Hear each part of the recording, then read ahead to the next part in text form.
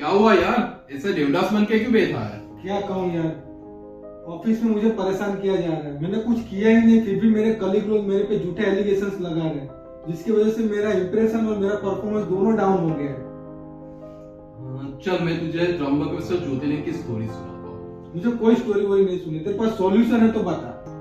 अरे भाई, अपने जो भी वेद पुराण ग्रंथ है ना, उसमें हमारे सारे प्रॉब्लम के सॉल्यूशन लिखे हुए हैं। तू एक बार सुन तो सही। क्या सुनाओ?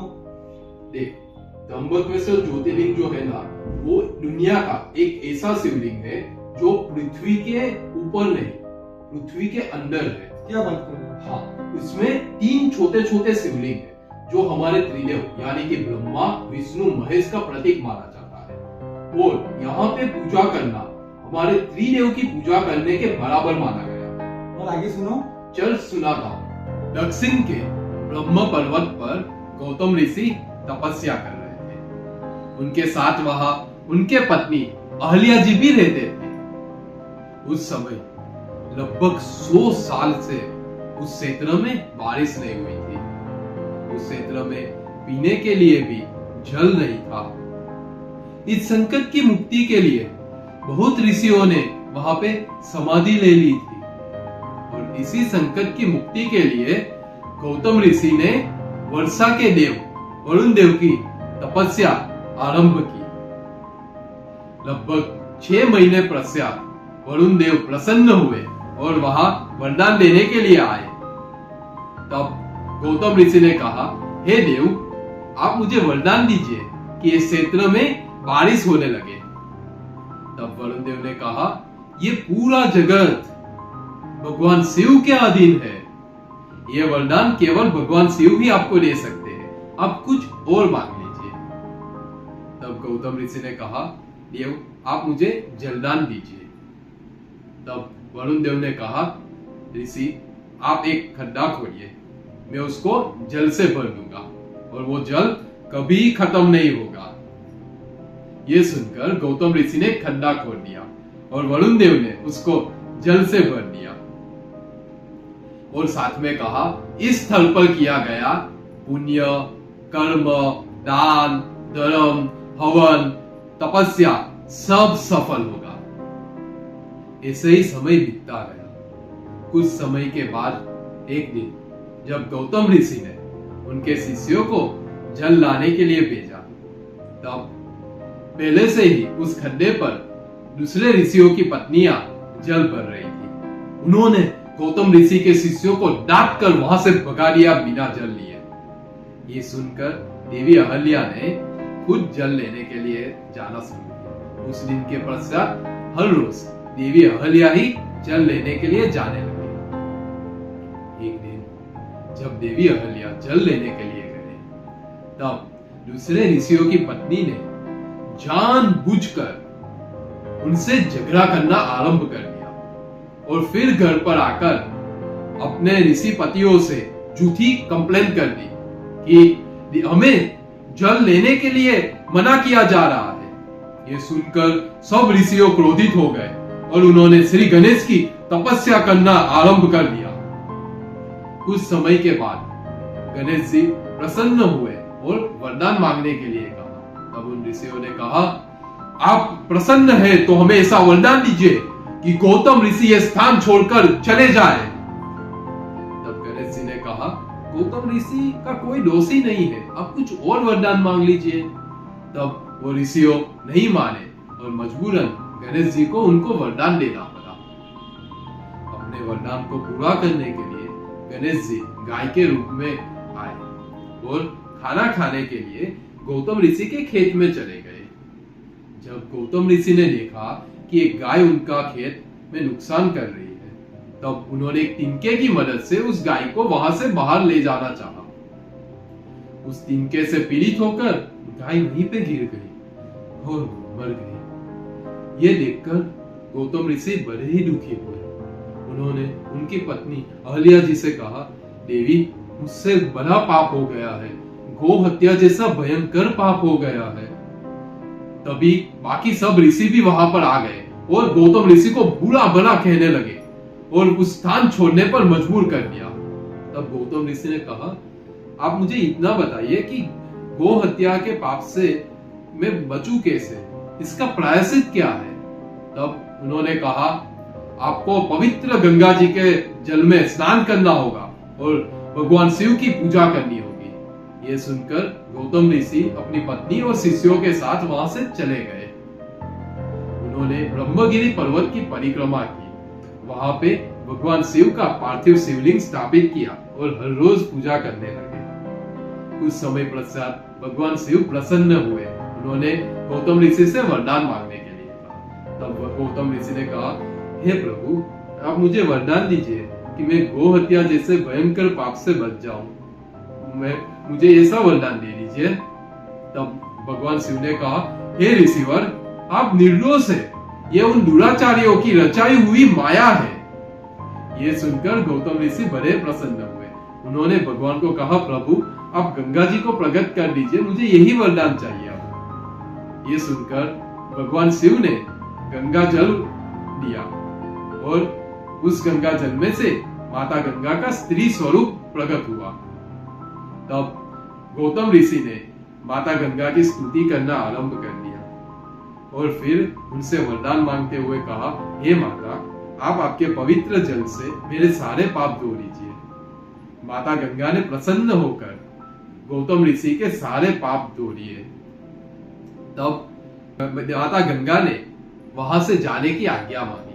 तब भगवान शिव ने कहा, हे देवी, आप सबके पाप का नाश करने वाले हैं, इसीलिए आप पृथ्वी लोक पर ही रहे। तब माता गंगा ने कहा, प्रभु, मैं तो आपके अधीन हूँ, मुझे आपकी हर आज्ञा मंजूर है, बस मेरी एक विनंती है, आप माता पार्वती के साथ यहीं मेरे साथ रहिए। ये सुनकर भगवान शिव ने कहा, आपकी मनोकामना जरूर पूरी होगी। और तब से भगवान शिव त्र्यंबकेश्वर नाम से ज्योतिर्लिंग में वहां पर स्थापित हुए और गंगा जी गौतम ऋषि के नाम से गौतमी गंगा कहलाए।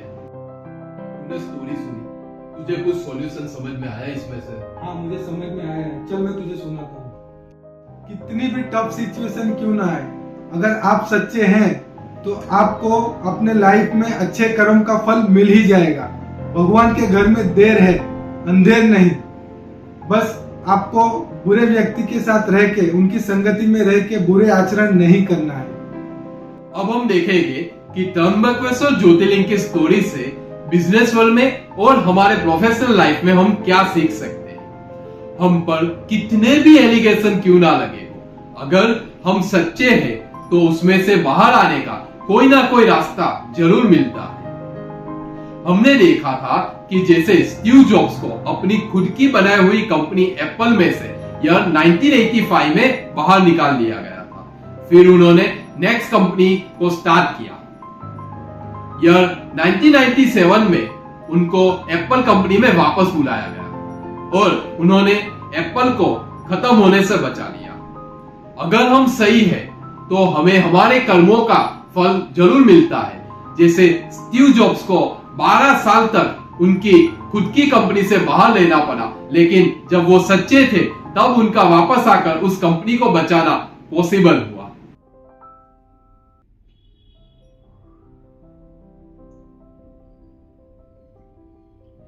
ले भाई ले, तू भी पी। नहीं दोस्त, तू पी। बस मैं सिगरेट और शराब दोनों नहीं पीता। नहीं पीता नहीं बस तू पी भाई। बना के देता हूं। नहीं दोस्त, रहने दे भाई, रहने दे, मैं नहीं पीता। बस यार मत कर, समझ यार, मैंने कभी नहीं पिया है। अरे भी क्या याद रखेगा, पी ले, छोटा ही है, पी ले पी ले। ये सिगरेट भी जला के देता हूं। उसको पीते कैसे हैं? ऐसे लगा।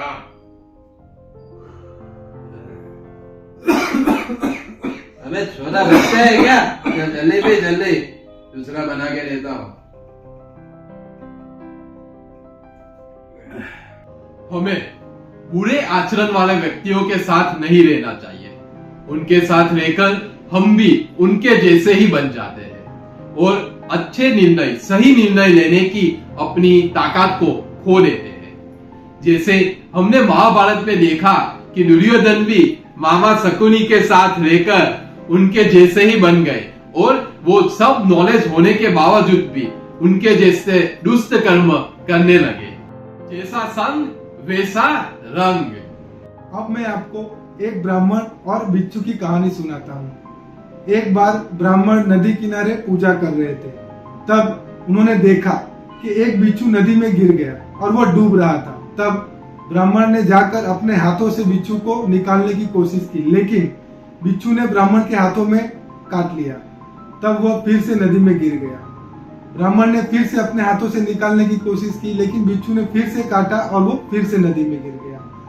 यह सिलसिला चलता रहा। तब पास में खड़े एक मनुष्य ने वह देख लिया। तब मनुष्य ने आकर ब्राह्मण से कहा, हे ब्राह्मण, जब ये आपको बार बार डंक मार रहा है तब आप क्यों उसको निकाल रहे हो? उसको नदी में गिर जाने दीजिए, मर जाने दीजिए। तब ब्राह्मण ने कहा कि हे मनुष्य, अगर वो प्राणी होकर भी अपना नेचर नहीं छोड़ रहा है जो उसका डंक मारने का है, तो हम मनुष्य होकर हमारा भलाई करने का नेचर क्यों छोड़े?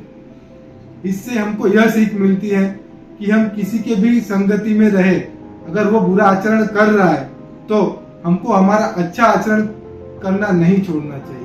हमने महाभारत में भी देखा कि कौरव पांडवों के ऊपर बचपन से ही अन्याय और अत्याचार कर रहे थे, लेकिन पांडवों ने भी अपने अच्छे आचरण करना जारी रखा।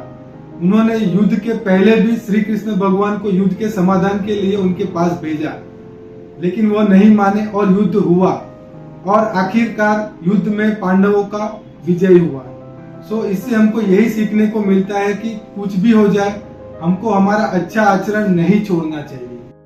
अब हम त्र्यंबकेश्वर ज्योतिर्लिंग के कुछ फैक्ट्स के बारे में डिस्कस करेंगे। फैक्ट नंबर 1, त्र्यंबकेश्वर ज्योतिर्लिंग में नारायण नागबली के पूजा का भी महत्व है। यह गरुड़ पुराण में भी कहा गया है। यह पूजा टोटल 3 दिन तक चलती है। पहले दिन नारायण जी की पूजा होती है, जिसमें अगर फैमिली में किसी का अननेचुरल डेथ हुआ हो या एक्सीडेंटल डेथ हुआ हो तो उनके लिए किया जाता है। दूसरे दिन यह पूजा सांप के लिए की जाती है, यानी कि नाग के लिए की जाती है। अगर नाग हत्या या तो फिर काल सर्प दोष हो तो वो दिन दूसरे दिन यह पूजा किया जाता है। तीसरे दिन गणेश जी की पूजा करके यह पूजा समाप्त की जाती है। फैक्ट नंबर 2, कुंभ का मेला इंडिया में टोटल 4 जगह पे होता है, जिसमें से नासिक का त्र्यंबकेश्वर भी एक है।